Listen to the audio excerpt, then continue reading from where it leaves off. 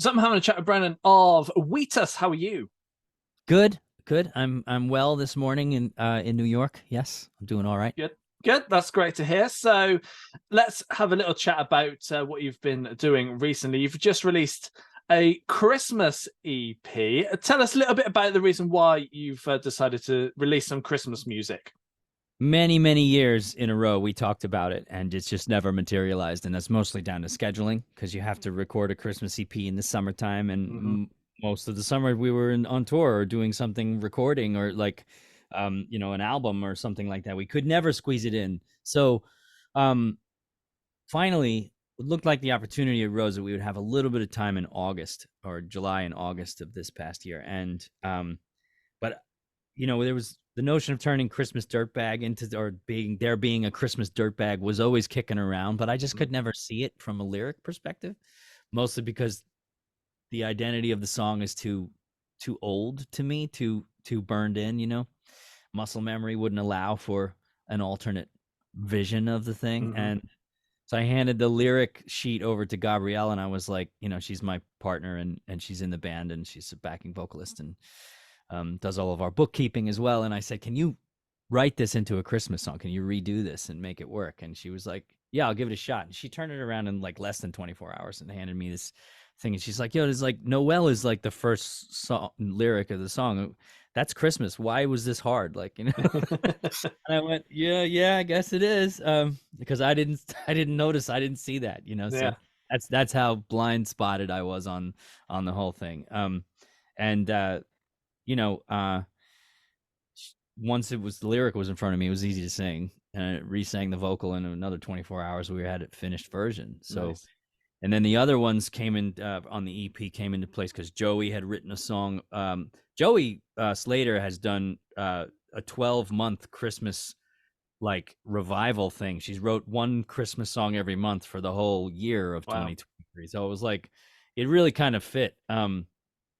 And or rather 20, I think she did it in 2022.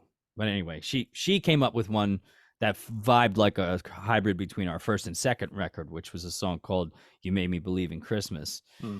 Gabrielle had her own original Christmas song that was sort of a throwback to like Darlene Love and the Phil Spector Christmas record from the 60s, called Feels Like Christmas. And then I had another one that was sort of like about like refugees at the border kind of thing. It was like called Mean Christmas that I felt like, so there's no socially conscious Christmas song on this whole entire thing. And I'm always on Christmas Eve, I sit there thinking about like, yeah, this is really easy and fun, but for a lot of people, this is like, this night is horrific. So, I had that in mind, and wrote Mean Christmas about that. And then of course the fourth track, or rather fifth, was uh, a quartet uh, chamber music version of Teenage Dirtbag that my friend Andrew Scrap Livingston arranged, for a 4-piece string quartet. And we got a band called the Rhythm Method came in and recorded it down. That was way back in April I had done that. So it was like, it was just pieces of it just flew together from different angles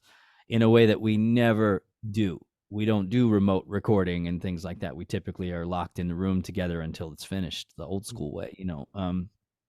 We didn't have that kind of time on this, but we did have enough time to get something else done, and that's what you have here. Nice.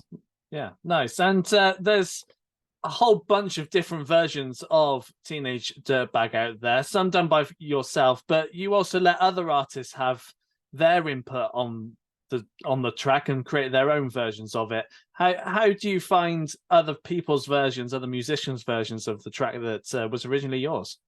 I'm always really excited to see somebody's take on it, somebody else's idea. Jax did a really interesting interpolation. Chloe Lilac, Rod Wave did something with it that was really Mm. interesting. SZA, um, Phoebe Bridgers did an acoustic cover way back in 2014, I think.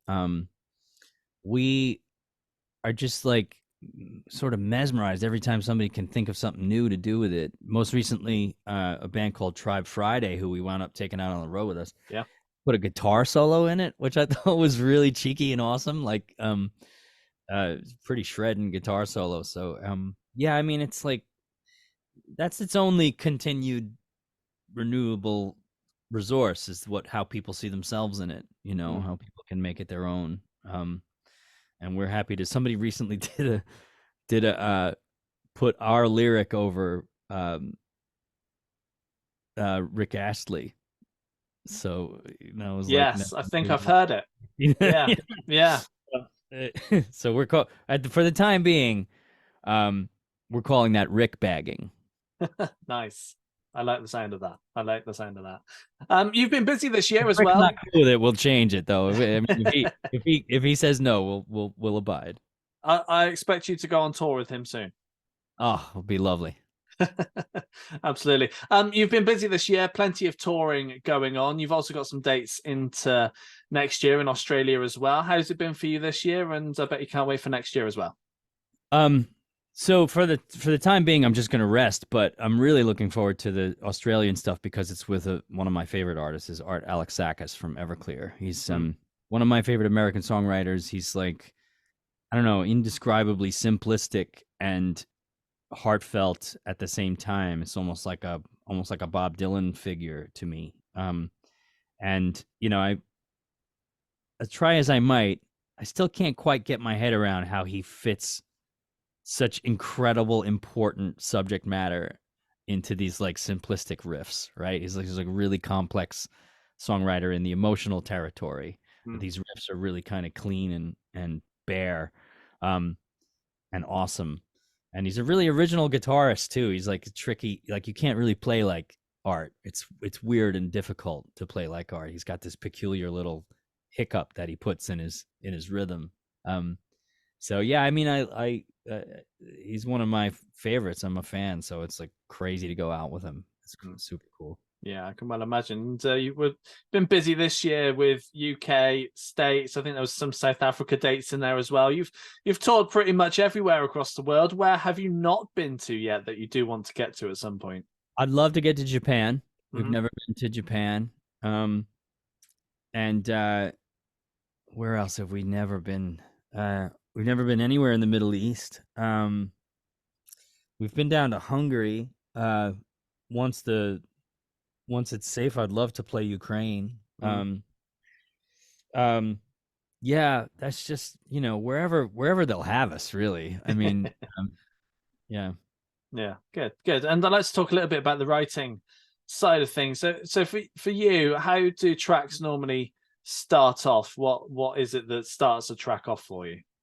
The best songs always come together because there was a story first, a story I was wanting to tell.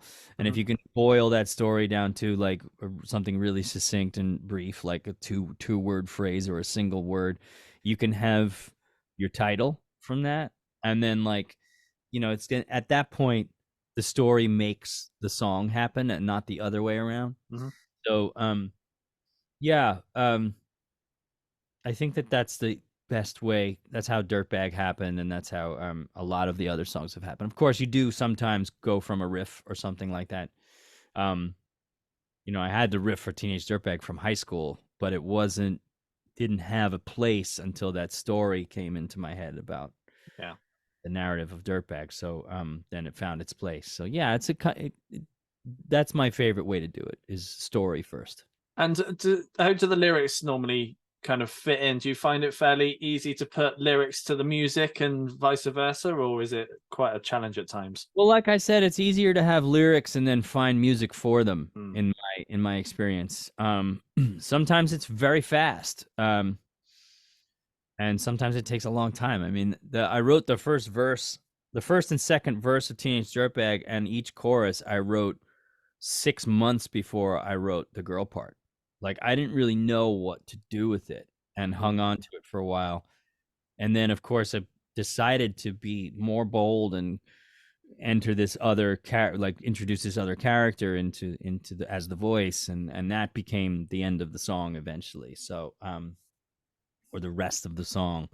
But at the time, it wasn't clear to me what to do with these verses and choruses to resolve them. So sometimes it can take a while.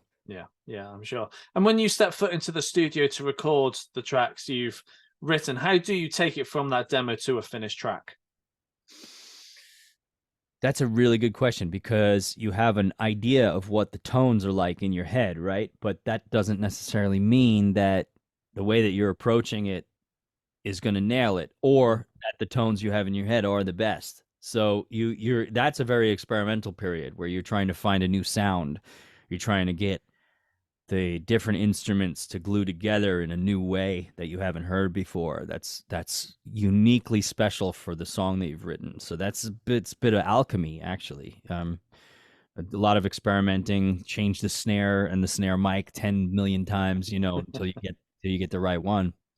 Um, and then of course you go to put your guitars and bass on it, and it's like, well, it's not what I thought it would be. We got to move some things around. You got to change the range of where you're playing it or something. So it becomes evident that sometimes your notions are dead on, and you can get it to come out of the speakers very quickly. But more often than not, it's a little bit of a tweak. Yeah.